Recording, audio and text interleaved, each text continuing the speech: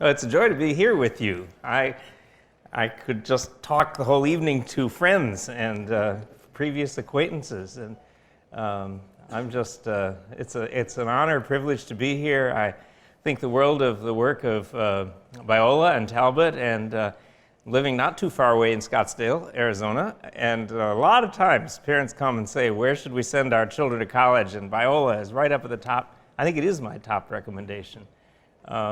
So I'm thankful for that and thankful for the work of the Biola faculty. I can't mention everybody I know here, but Bob Sosi and I have known each other for years and years and years and years and years.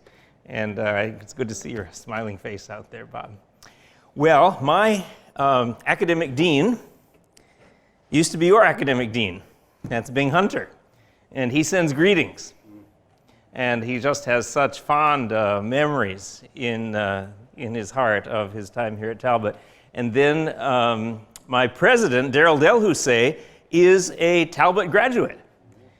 He was a pastor of Scottsdale Bible Church for 25 years, senior pastor, and now he's full-time president of Phoenix Seminary. We are not as large as Talbot. We had 197 students last year. We have 214 this year. But then I think to myself, when I went to Westminster Seminary, we had 187 students. So it's a good situation. God has brought a lot of blessing to us there in Phoenix, and so we're thankful for that. There are two handouts that you got coming in the door, I think. If you don't have one, hold your hand up high in the air, and maybe someone will bring it to you. I guess everyone has one. Good.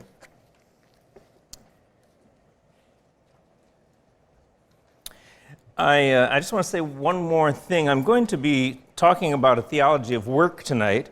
Some of the material comes out of or is adapted from this little book that I wrote called Business for the Glory of God.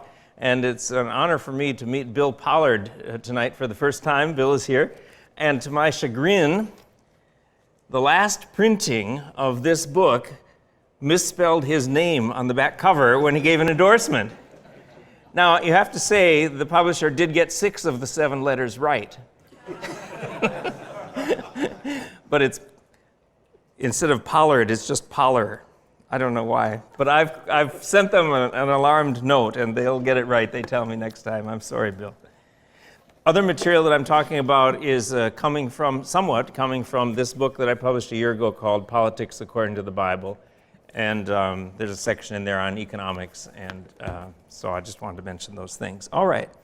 So, a theology of work, and I'm going to follow the outline you have on the white handout. Oh, the blue handout is not required reading. It's supplemental in case you want to do more than is required for the course. But it's just some comments that I've made on various books on economic development in particular. So on the white outline, point A, the moral goodness of productive work. Point 1, God commands us to work. Even before there was sin in the world, God put man in the Garden of Eden to work it and to keep it. Genesis 2:15, thus demonstrating the moral goodness of productive work and its necessity for fulfilling God's purpose for us here on the earth. Paul told the Thessalonian church, with toil and labor we worked night and day. And this was to give you in ourselves an example to imitate. So they were to do what Paul did and to work. Then Paul added, if anyone is not willing to work, let him not eat, unless he's at a faculty retreat. Therefore, the Bible views productive work as morally good, and even commands that Christians should work heartily for the Lord and not for man, Colossians 3:23. In the Old Testament, the book of Ecclesiastes speaks of joy in one's work. Ecclesiastes 2:24 and 25, there is nothing better for a person than that he should eat and drink and find enjoyment in his toil. This also I saw is from the hand of God. For apart from him, who can eat or who can have enjoyment? Now, after I prepared this talk, I thought I'd better check and see what Scott Ray said about work in his ethics book. Where are you, Scott? You're here, and he's moderating. And I loved it. In Moral Choices, page 334, work will also be a part of the world after the Lord's return. And he looks at the prophetic section, Isaiah 2:4, about beating swords into plowshares spears into pruning hooks, and says, if you have a plowshare and a pruning hook, looks like you're going to be working in the age to come. Very interesting. And I liked it. Scott, it was a new thought for me. So thank you. It was good.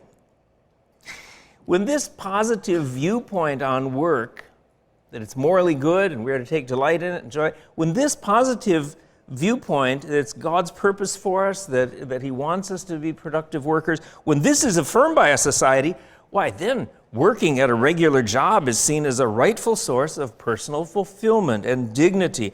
And the culture in general assumes that honorable people, at least, will strive to become diligent, faithful, cheerful workers who willingly do a bit more than what is required because they view productive work as morally good. And they really believe that God will be pleased if they strive for excellence in their work. Number 2, work should be balanced with times of rest. God also built times of periodic rest into the structure of His people's lives. 6 days shall you labor and do all your work, but the 7th day is a Sabbath to the Lord your God. On it you shall not do any work. I realize that Christians today differ over the exact way in which this command applies to believers who live under the new covenant in Christ. But I think all Christians today would agree that at least it is still wise for us to take regular times of rest from work. In doing this, we rightly imitate God Himself, who saw that everything He had made was very good and then rested on the 7th day from all His work that He had done, surely on that day enjoying and taking delight in the work of His hands. Number 3, workers should be able to enjoy the fruits of their labor.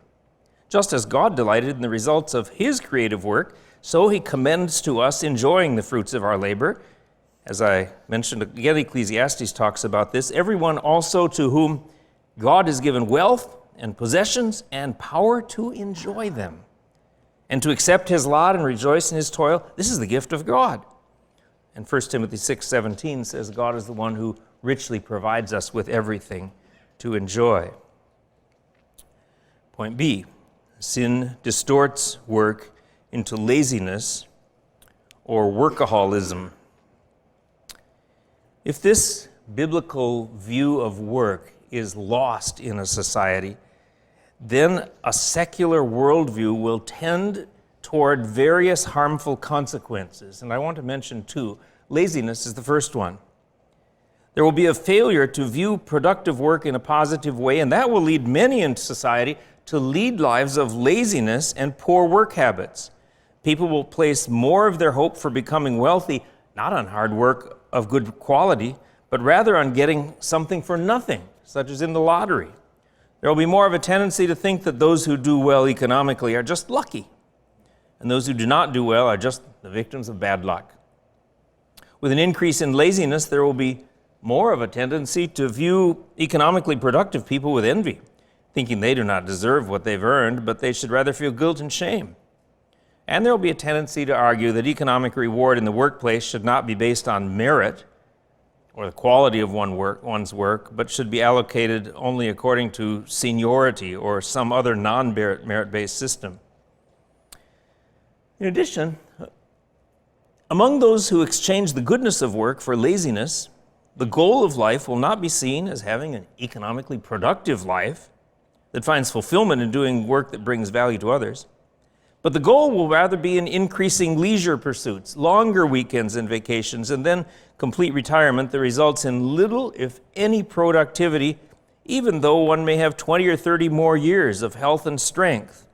Witness retirement at age 55 in France and Greece. If I have that age rightly, I didn't have an opportunity to look it up and confirm it.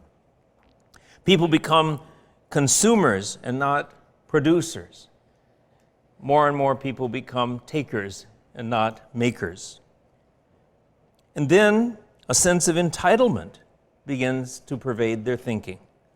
Witness the riots in Greece among people who are outraged that their benefits might be cut. This comes from the loss of a biblical worldview of the goodness of work. On the other hand, you have workaholics. The desire for material prosperity can become a different kind of idol, with people working incessantly, driving themselves day and night to accumulate more and more, but never having enough. Modern Japan is an economic miracle, a small nation that today has the second largest economy in the world, unless you believe the statistics that China is putting out about its own economic productivity, and then Japan has the third largest economy in the world, but I mean, nevertheless, it's either second or third, only to the United States and China. But Japan lacked a Christian worldview, and its immense economic growth came about because it basically adopted a form of Buddhism that made work into a religion. Suicide and divorce rates are high, and wealth has not led to true fulfillment or happiness. However, Japan is not alone in this, for many business people in the United States have followed the same pattern of life, and after 30 years, the result is large homes and fancy cars, but destroyed marriages, alienated children, and broken health. The preacher in Ecclesiastes also understood this evil. He said, "There is an evil that I have seen under the sun, and it lies heavy on mankind, a man to whom God gives wealth, possessions, and honor, so that he lacks nothing of all that he desires, yet God does not give him power to enjoy them, but a stranger enjoys them. This is vanity. It is a grievous evil." Ecclesiastes 6, 1 and 2. So that's point A and B. But now, I wonder if we can probe a little bit deeper and ask, why? Why did God create us so that we would have to work? And why do we have a deep desire to perform useful work? Sometimes when I ask those why questions about why God did this or that, it's helpful to me to think, what's the difference between human beings and the rest of creation? Rocks and hills don't work. And plants don't carry out any conscious work, they just keep growing. But human beings have to work. Why? Well, I want to suggest several reasons, but they fall into this general category, point C. God gave us work so that we could glorify Him in multiple ways. I don't think I've thought of all of them, but I've listed 6 here. Number 1, work gives us the privilege of creating something new in imitation of God's creativity. When we work to create new things, we imitate God's creative activity and also God's wisdom, skill, strength, intelligence, and many other attributes. Now, I think we've lost the wonder of this and we take things for granted so easily. So I want you to imagine with me for a minute that we could get a time capsule and transport Adam and Eve into the room tonight and clothe them appropriately. And business casual, yeah, okay. And they'd begin to look around the room, and Adam might say, "Well, what's this?" I'd say, "Well, that's water. You thirsty?" "Sure." Wow. You don't have to go to a stream and bend down to get water? You just have it in this little container? Yes.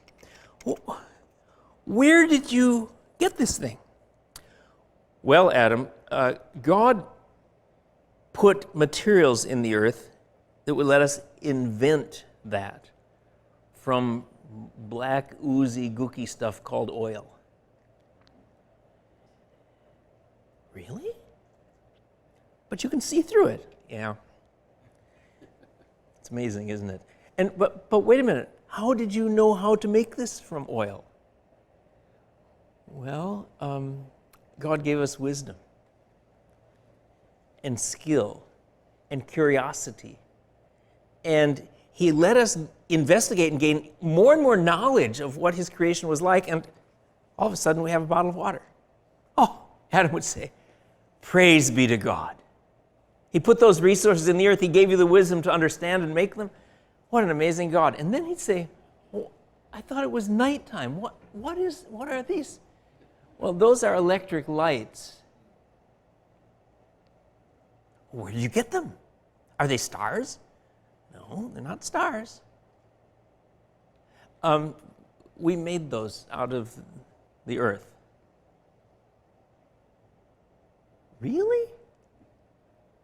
Praise God that He gave us, He gave you the wisdom to understand how to make that. Yes, actually it was a man named Thomas Edison. I could tell you more about him, Adam, but we'll get to that later. And you can just turn these on at any time, day or night, and you can have light to see each other and to meet together and to worship God together. Yes. What a wonderful God to put resources in the earth that enable us to have light. And so on and on and on. We get a cell phone. You want to talk to Eve? She's in the other going out shopping someplace. And he would be just, again and again, overflowing in his heart with praise to God for God's goodness and kindness and wisdom in giving us these things and showing us, in enabling us to discover how to use them and make them. So it's an amazing process of creating something new. And in doing that, whether it's creating paper from a tree or plastic from petroleum or a laptop computer in which the silicon chip is made from sand, in all of that, we are imitating God's own creative activity. Now, we'll never be the same as God. He creates out of nothing, the whole universe.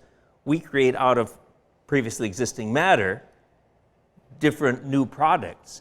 But it imitates in a little bit God's ability to create. And so we are fulfilling Ephesians 5:1, be imitators of God as beloved children.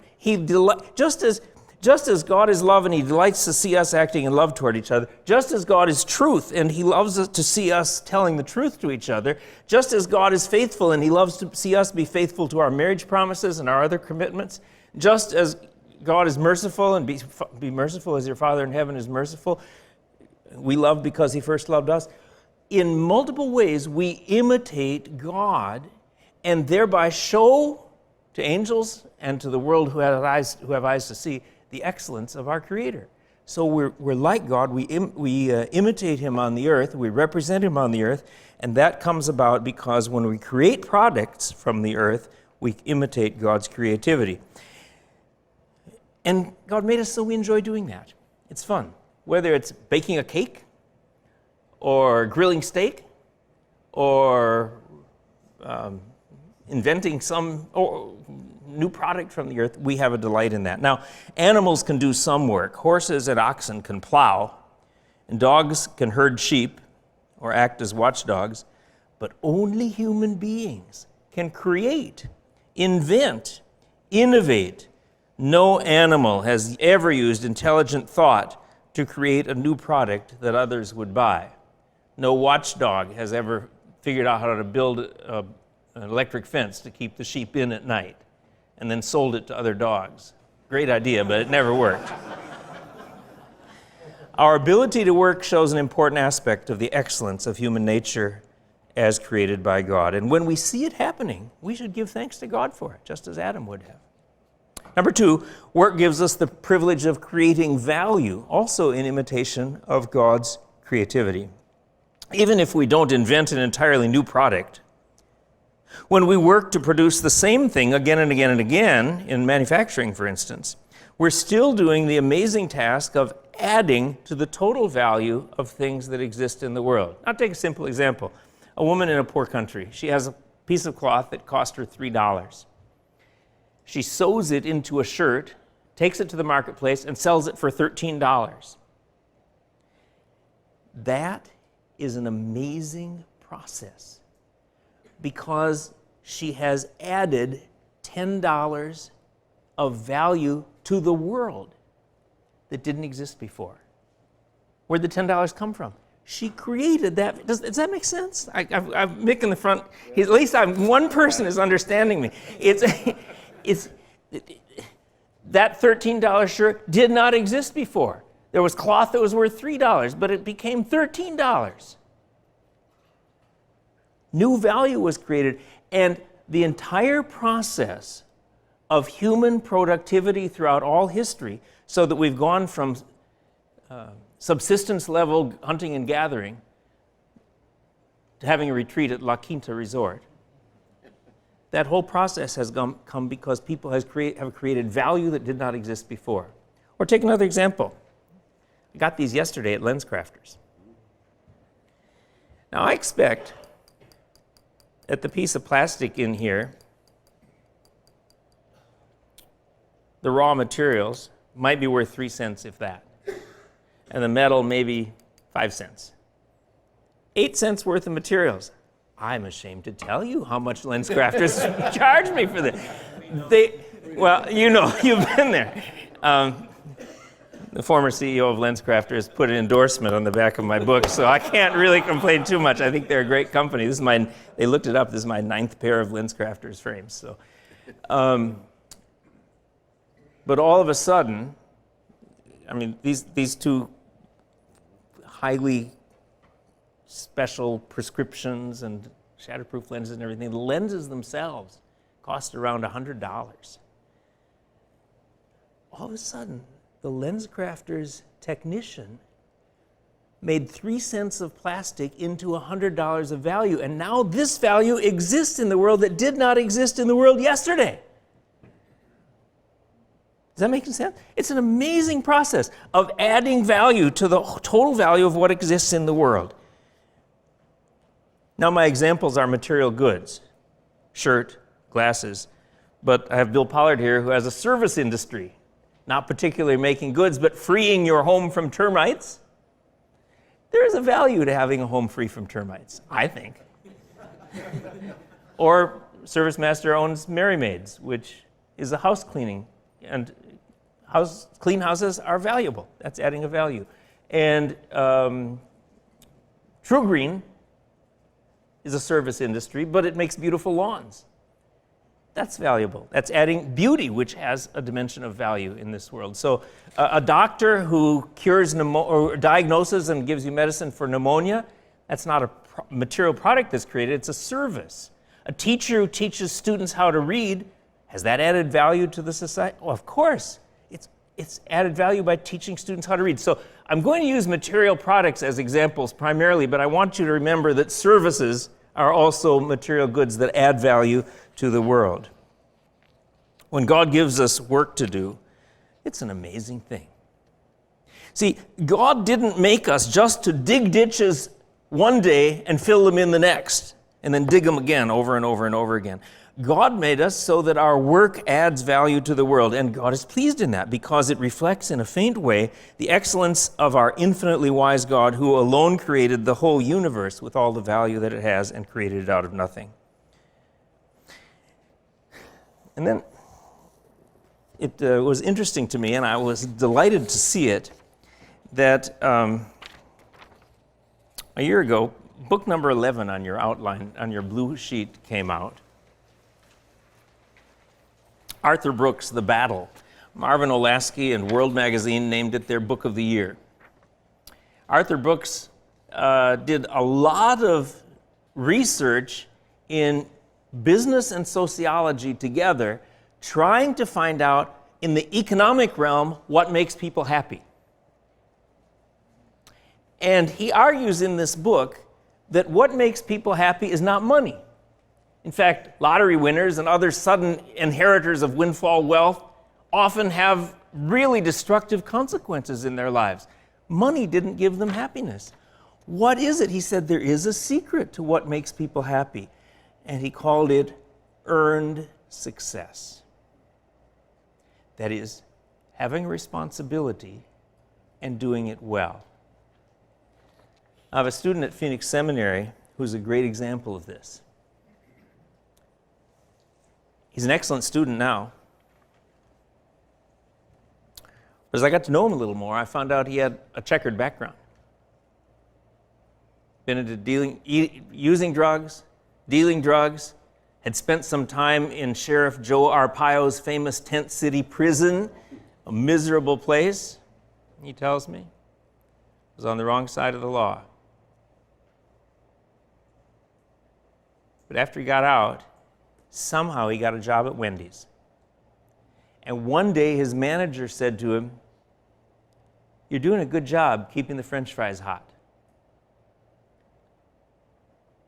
He said that comment was a turning point in his life.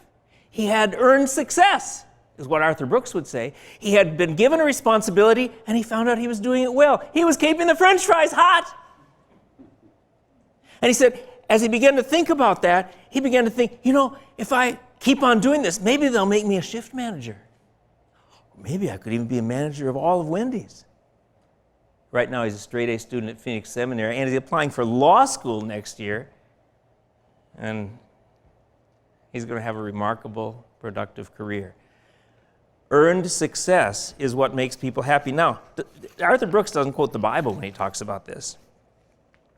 But when I saw that, I thought, this fits. God made us so that we gain satisfaction from having a responsibility and doing it well, performing a job so that we glorify Him by doing meaningful activities, creating new products or creating value in the products we made. Number 3, work gives us the privilege of supporting ourselves in imitation of God's independence. When children grow up and are able to support themselves, it gives them a new sense of dignity and self-respect. And this, I think, is a way that God intends us to glorify Him by imitating His attribute of independence, though in a faint way. And so God expects people to care for their own financial situations, to work with their hands and be dependent on no one, 1 Thessalonians 4:12. Welfare does not do this, and therefore the goal of welfare, of course, should always be to move people off of welfare into economically productive jobs. Number 4, work gives us the privilege of enjoying the fruits of our labor in imitation of God's joy, or what theologians call God's blessedness. I hinted at this already. At the end of the 6th day, God saw everything that He had made, and behold, it was very good. Who is thinking it's very good? Well, it's God thinking that it's very good. He's taking delight in what He has made. He enjoyed the fruits of His labor. And I suppose that He went on contemplating and enjoying that for the 7th day as well. And on the 7th day, God finished His work that He had done, and He rested on the 7th day from all the work that He had done. Genesis 2:2. So I think in imitation of God's delight in what He has done, He wants us to, and gives us permission to, and encourages us to take delight in the fruits of our labor, to enjoy what we've made. For God is the one who richly provides us with everything to enjoy, 1 Timothy 6:17. In enjoying what we have made with thanksgiving to God, not with pride in our own accomplishments, but with thanksgiving to God, in delighting in what we have made or the fruits of our labor, we glorify God. Number 5, work gives us the privilege of doing good for one another in the marketplace in imitation of God's love. So God made us all to be different. Different skills, different preferences, and it leads us to specialize in all sorts of different activities. There's a division of labor, and that makes the human race thousands of times more productive than if we all individually had to produce everything for ourselves, as in the animal kingdom. Horses don't have teams where one of them brings the water and one of them brings the hay. They all have to go get their own hay and their own water. And so cows and giraffes and elephants and everything else. But God made us to be able to have different interests and to specialize, and so human productivity is multiplied. And there's a famous passage in Adam Smith's The Wealth of Nations where he talks about one man making pins, one man making pins might make 10 a day, but when they divide up the tasks, the productivity is there's several thousand per person per day. So when one person makes hundreds of shirts and another grows thousands of tomatoes and other people produce cars and computers, a huge network of human interdependency and human interrelationships is created. And in order to succeed in that interconnected network, people have to produce things that other people really want. In other words, they have to serve others in order to succeed in the marketplace. Otherwise, their goods won't sell. In this way, business transactions are a way of loving your neighbor as yourself. That's because a voluntary business transaction ordinarily brings benefit to both buyer and seller. So we have a bakery not too far from our house called Wildflower Bread Company. When I voluntarily buy a loaf of bread from Wildflower for $4, I'm using my money to say that the bread is more valuable to me than the $4, and so I'll make the purchase. I genuinely believe that I am better off driving home with that loaf of bread because I wanted the bread more than I wanted the $4. The baker has done good for me. The baker has improved my situation of life. Amazing. But the baker wanted my money more than he wanted the loaf of bread. After all, if he didn't sell it, it was going to get stale within the remainder of the day.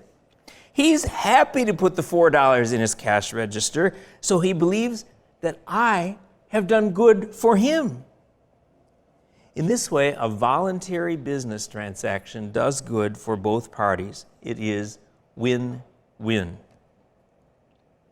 Therefore, a Christian worldview understands buying and selling in the free market to be a way of fulfilling Jesus' command, you shall love your neighbor as yourself. And for those of you who are business people here today, I just want to encourage you, every time you make a sale, every time you make a transaction, I want to encourage you to think, I'm loving my neighbor as myself. I'm doing good for my neighbor because I'm bringing benefit to my neighbor. And how do I know I'm bringing benefit? Because he gave me money for it and showed that he valued it. Interestingly enough, it's not just that you create value in the world by turning plastic into lenses. You also create value in the world by offering a product for more than it cost you to produce and then selling it for that. Because, see, before I bought that loaf of bread, the materials in that bread were just worth $2. The baker made it, but he wasn't sure how much it was worth until I came along and bought it. And I bought it for $4. Whoop! $2 more of value added to the world by the fact that there's a valuable product that I purchased, and I show that I value it more than what it cost him to produce. So, buying and selling in voluntary transactions is a win-win situation. It's a way of doing good for one another, of caring for one another, of helping one another.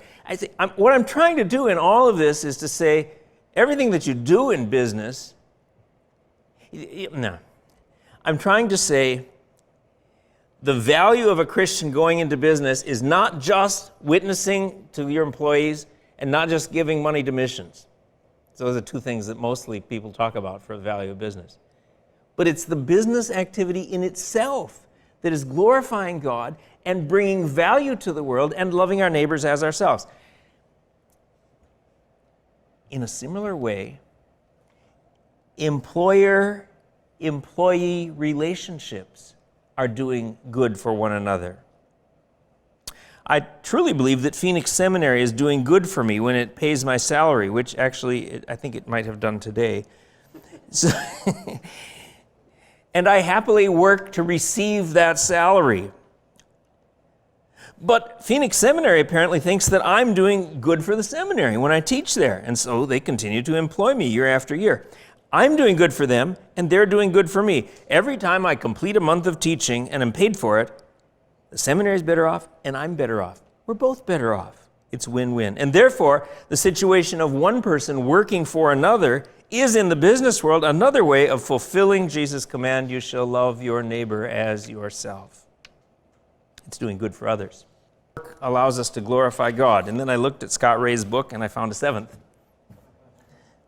In Moral Choices, he says, we work in imitation of God who is a worker.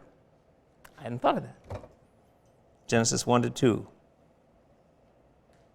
In Exodus 20:11, Scott points out, in the Ten Commandments, even says this, 6 days the Lord made heaven and earth, and rested the seventh day, so you are to work. 6 days shall you labor and do all your work. And the seventh is a Sabbath for the Lord, to the Lord your God, because this is what God did. So we imitate God's work as a worker. And then when we were doing the worship time here, I thought of an eighth reason. When we discover products from the earth, we imitate God's knowledge by thinking his thoughts after him. He knew since the day he created the world that petroleum could make see-through plastic bottles that don't leak. But it took us until the 20th century to discover that you can use plastic to make thousands of things. Amazing. And it was just sitting there oozing for centuries, useless. And then people discovered use for it. And the same way with sand to be able to make computer chips. It's amazing. But God knew it all along. Now we're imitating his knowledge by discovering what he knew about sand from the creation. Well, point D. God wants us not just to survive, but to flourish on the earth. And I'm going to say that this idea of human flourishing on the earth, in an economic sense, people in the business world are primarily the ones who make this happen. And pastors are primarily the ones who should teach and encourage them to make this happen. So think about this. God wants us to do more than survive. Plants and animals show a measure of God's glory by merely surviving and repeating the same activities for thousands of years. Birds build the same nests, and chickens build the same eggs, and rabbits eat the same grass and clover. And biologists look at that, and Christian biologists say, this is amazing. Look at how God made these animals to function, and they find the right food and digest it, and they live and they survive and they bear children and they die. That's something. But we glorify God much more substantially by understanding and ruling over the creation, and then producing more and more wonderful goods from it for our enjoyment and with thanksgiving to God. And so we should not reject things, because everything created by God is good, and nothing is to be rejected if it is received with thanksgiving, for it's made holy by the word of God and prayer. I think that applies not only to food, and that was the issue in 1 Timothy 4, but I think computers and cars and airplanes too, we should be thankful for those, because God is the one who richly provides us with everything to enjoy. This also follows from the fact that God entrusted us with stewardship of the earth and told us to subdue the earth. When God entrusts us with stewardship, he implies an expectation of human achievement. He wants us to do something worthwhile with what he's entrusted to us. Not just guard it, so it just kind of grows weeds all over every year, but produce from it. So what do I mean by human achievement and human flourishing? The range of human activity is vast. It includes, yes, the physical sciences and technology and industry and commerce, but it also includes the arts and beauty. And it also includes all of the social sciences and the relationships we have in family, community, nation, and church. And we build churches, we build communities, we build relationships. And human achievement and flourishing, it actually is affected by every honorable occupation that there is. And then the human drive to understand and create from the world is unlimited, and so the history of science is filled with Christians who have explored God's rational and orderly world in order to find out secrets of how it works. And we have that drive to understand the world and find out more about it. Rabbits and squirrels, birds and deer are content to live in the same kinds of homes and eat the same kinds of food for thousands of generations, but human beings have an innate desire to explore, to discover, to invent, to understand, to create, to produce, and then to enjoy the products that can be made from the earth. This innate human drive to subdue the earth has never been satisfied throughout the history of mankind, because we keep discovering more things. And this innate human drive to subdue the earth through discovery and exploration and invention, I do not think it will ever be satisfied for all eternity. God created us not merely to survive on the earth, but to flourish. Number two, God created us with limited needs, but unlimited wants. And therefore, human work can always be interesting and challenging. Our limited needs are basically food, clothing, and shelter. Once these needs are met, people will survive, even if they don't have a very pleasant life. Robinson Crusoe on a deserted island will live if he has adequate food, clothing, and shelter.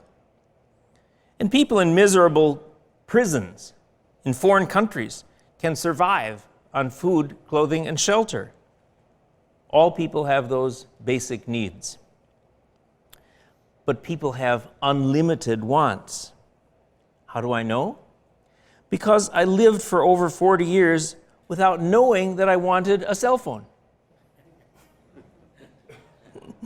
But once cell phones became popular, I decided to buy one. People lived for many centuries without knowing that they wanted electricity in their homes. In the early part of the 20th century, it became available. They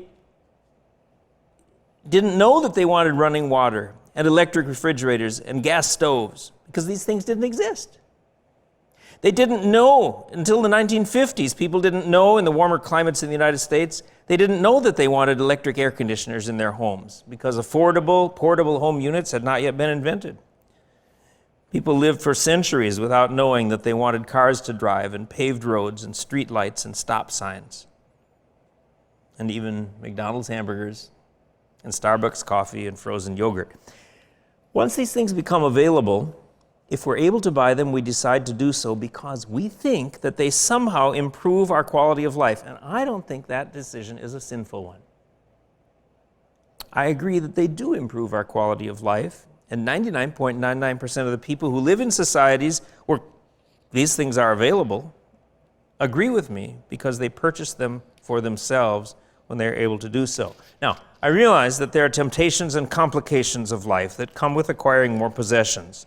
And we can wrongly make possessions an idol, and we can wrongly desire to be rich and fall into temptations, into a snare, into many harmful and hurtful desires. But those temptations and those complications of life do not detract from the point that almost everyone on earth thinks that in general, new inventions that we desire are basically good and good for us. They improve our lives.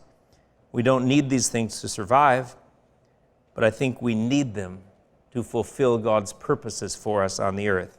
And I think producing them and enjoying them are necessary for God's purposes for us, for fulfilling God's purposes for us on the earth. Now, I'm looking at the time, and I'm going to just mention but skip over section 3. Throughout the rest of the Bible, one of God's blessings is increased productivity from the earth, and one of God's curses is hindered laborious productivity and ultimately even famine and a desolate, unproductive earth. And you think of the blessings and the curses on Israel, for instance. And you think of the new heavens and new earth into which the kings of the earth bring the glory and honor of the nations into the heavenly city. There's material productivity, and the tree of life bears 12 manner of fruit each month, and the fruit is for the healing of the nations. And there's continuing material productivity, but and of course the hindrance on it came with the curse to Adam and Eve when thorns and thistles God made the earth bring forth for them. But then the rest of the Bible shows that when he blesses his people, he removes that curse. I'm going to skip over that survey of the Bible and go to point E, and with this we'll be done. What will lead to greater human flourishing in work? I'm going to mention 3 primary factors out of about 50. And I'll just, a little parentheses here. My current writing project is tentatively called A Permanent Solution to Poverty in Poor Nations.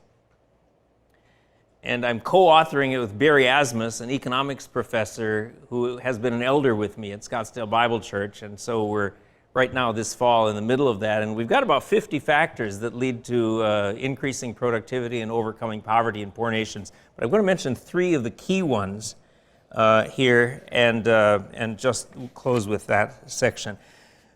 What will lead to the greater human flourishing, or what promotes it, or what hinders people from flourishing at work? This leads me to say something briefly about governments and economic systems. I hope it's not outside the parameters of our discussion of the theology of work tonight, but it is showing what is helpful in making work useful and productive to fulfilling its goals.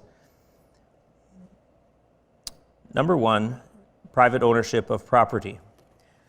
I would mention to you the first two books on this blue sheet.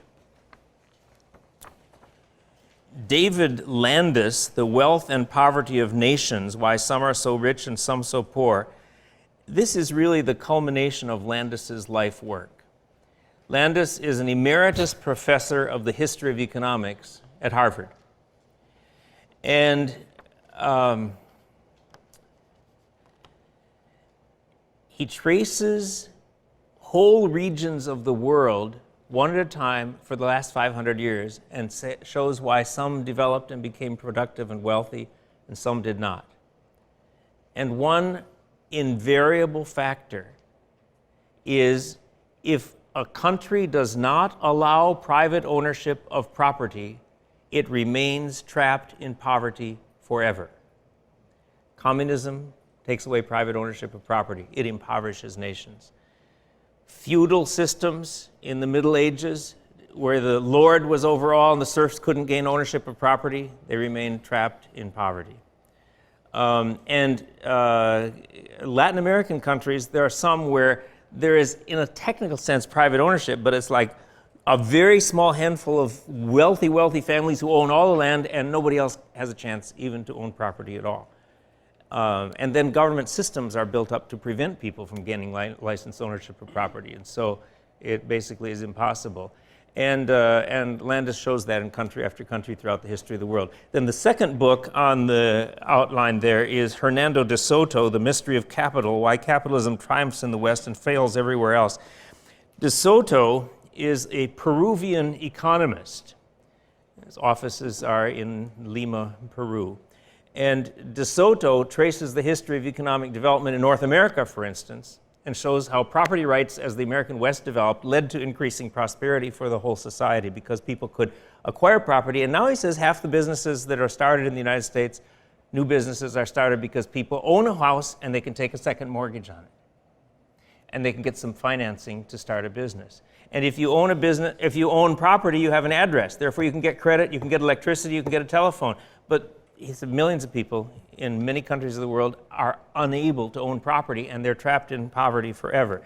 And I was flying into the Phoenix airport a while ago, and I looked out the window and I thought, what a great picture to demonstrate exactly this tragedy. And it was the boundary line. It's just like, the picture is taken like 5 miles from where I live, and it's an area I drive by every day to go to the seminary, to go to the airport. You go to look at one side of the road, it's Scottsdale, Arizona, where a realtor in real estate development told me it's about, now with the decline in real estate prices, the land is worth about $500,000 an acre. Fabulously wealthy area, residential and commercial. And then you go to the other side of the 101, it's Indian land, and it's barren. Because Indian land has predominantly a system of tribal ownership of property. So you may want to sell a piece of land, but your uncle has a claim on it, and your 3 cousins have a claim on it, and your grandfather, or every other relative. And so trying to buy or sell land is basically impossible because the tribe owns the land. Many countries in Africa have remnants of that tribal ownership of property as well, and it traps them in poverty. Now, Carson, can I show that picture? Here it is. Here's the aerial view of Scottsdale. Here is residential property. This is a neighborhood I cannot afford to live in. And it's I said, $500,000 per acre. And here's commercial property that's very productive. This is Indian land, barren. The economic productivity of that land is $0 per year. Now, a little bit south of this, there's some cotton growing. It's not getting the value of $500,000 a year that would be the return on property. So that's kind of a visual picture of the difference between private ownership of land and and preventing private ownership of land through tribal ownership or some other means. The Bible assumes a system in which property generally belongs to individuals and not to government. Why?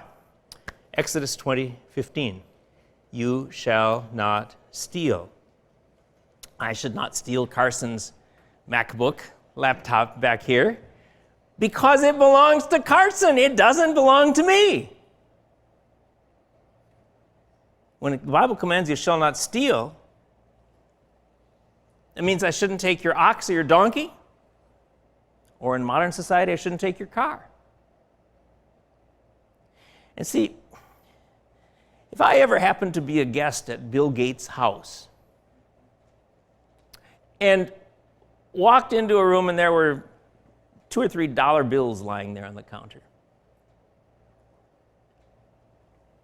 I would have no moral right to take those dollar bills. I don't have a right to say, oh, he won't miss it. The Bible commands you shall not steal. So I can't take those dollar bills because they belong to Bill Gates and they don't belong to me. And God says you shall not steal.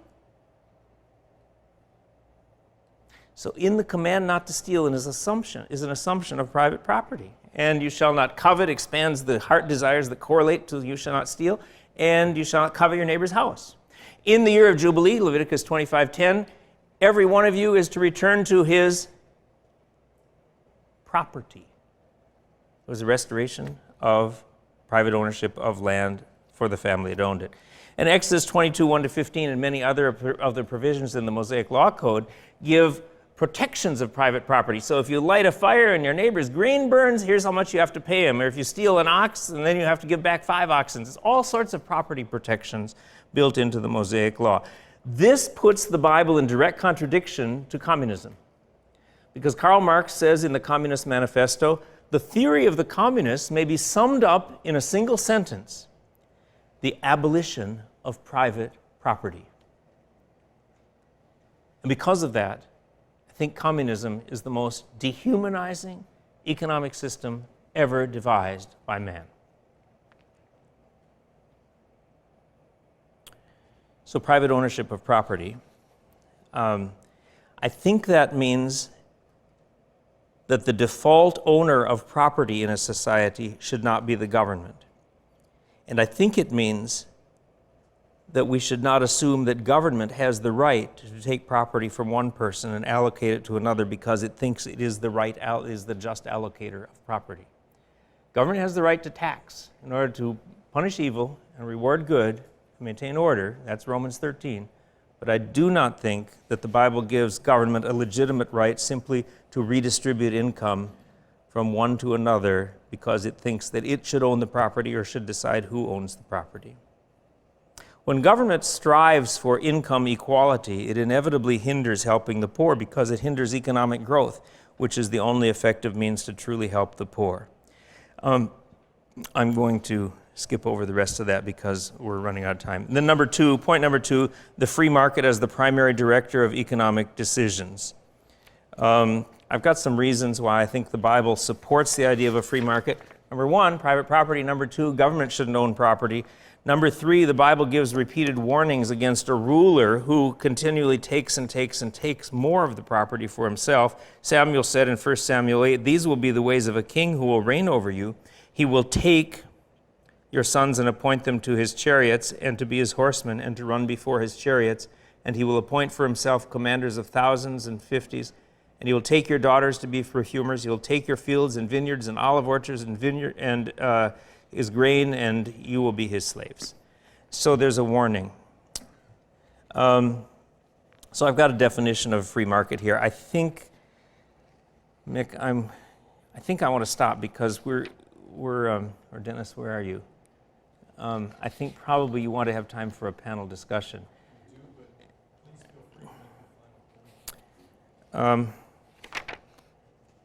Okay.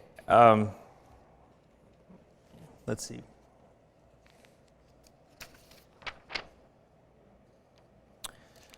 What's a free market? It means that the free market decides economic decision, directs economic activity, not government. To get an idea of this, imagine that you are hovering in a helicopter above a local convenience store. Do you have 7-Elevens here in? Okay. You're hovering in a helicopter for 24 hours above a local 7-Eleven. And you watch. And you see that a van comes in and brings milk and eggs. Another one comes in and brings newspapers. Another comes in and brings aspirin. Another comes in and brings oranges and apples, and another comes in and brings quarts of oil, and then you wait for a year, and every day that year you go in and you say, I'm going to try some other item. I'm going to try milk this time, and I'm going to try eggs, and I'm going to try bananas, and then I'm going to try a wooden ruler and a pen, and then I'm going to try to get a newspaper. And guess what? It's always there. And that's really important, because if the manager orders too much milk or too many eggs, they spoil and he loses money. But if you go in there and he doesn't order enough, there's an empty shelf and he loses a sale and he loses money. And then you go back up in your helicopter and say, I'm going to see what's making this happen. There must be some magic person in the government telling them how many eggs to get every day. And you watch and you watch and you watch, and there's nobody directing it. It just goes, and you say, it must be a miracle. No, it's local, on the ground, feet on the ground knowledge by which the local manager knows through experience, and previous managers before him keeping records, they know on October 14th they're going to need these many eggs, on October 15th these many, where's the holiday this many. And no government in the world can make those decisions accurately. I've been in Leningrad, now St. Petersburg. I've seen the rotting goods in the grocery stores. I've seen the sour milk and the empty shelves. Can't do it. I've been in department stores in Leningrad, and I've seen rows and rows of coats that nobody wants to buy because they're the wrong size and the wrong color. So what is a free market? It's a wonderful, here's a definition, it's a wonderful God-given process in human societies through which the goods and services that are produced by the society, the supply, continually adjust to exactly match the goods and services that are wanted by the society, that's demand, at each period of time, and through which the society assigns a measurable value to each good and service at each period of time, entirely through the free choices of every individual person in the society, rather than through government control. But this process needs some government regulation to prevent wrongdoing such as theft, fraud, and breaking of contracts.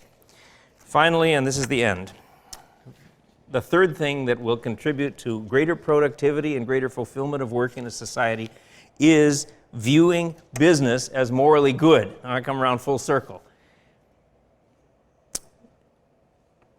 It is morally good in God's sight, as I explained from the beginning, to produce products from the earth for the benefit of other people. We should honor and encourage that process. We should have a society that values that process and does not demean it as materialism or greed or exploitation of the earth. And we as Christians, above all people, should not be demeaning that wonderful God-given process as exploitation of the earth or materialism or greed. We should insist that God views ordinary business activity, including profits, not as morally evil, and not as morally good, neutral, but as morally good. I realize that business activities can be done in immoral ways and for immoral purposes, but that is not true of most business activities, and actually most people in the business world who act in immoral ways eventually fail. In general, business activities are morally good and should receive our and the church's and society's approval and praise. However, societies can view business as evil. When society loses the Christian view of the moral goodness of business, then business can easily be viewed as evil. Rightful business activities in developing and subduing the earth can be opposed as exploiting the earth by environmentalists for whom Mother Earth is a new god, a god that must be left untouched or unused. Or employers can be thought of as evil bourgeois capitalists who exploit the laborers and wrongfully derive profit from their labor. If people think business is evil, they will hesitate to start businesses. They'll never feel real freedom to enjoy working in business or think of it as a calling from God, because it'll always be tainted with the faint cloud of guilt. Who can enjoy being an evil materialist who works with evil money to earn evil profits by exploiting laborers and producing materials goods that feed people's evil greed and enhance their evil pride and sustain their evil inequality of possessions and feed their evil competitiveness? Who wants to devote his life to such an evil pursuit as business? What government would want to have laws and policies that encourage such an evil thing as business? If business is evil, then why not tax it and regulate it until it can barely survive? And so poverty remains, because business activity will be hindered at every point. But if Christians change their attitudes toward business, and their attitude then of the world toward business, then who could resist being a God-pleasing subduer of the earth, who uses the amazing materials from God's good creation and works with the God-given gift of money to earn morally good profits and shows love to his neighbors by giving them jobs and producing goods that overcome world poverty and enable people to glorify God for his goodness, thanking God for goods that sustain just and fair differences in possessions and encourage morally good and beneficial competition? What a great career that would be. What a great activity for governments to favor and encourage. What a solution to world poverty. What a great way to give glory to God. Thanks.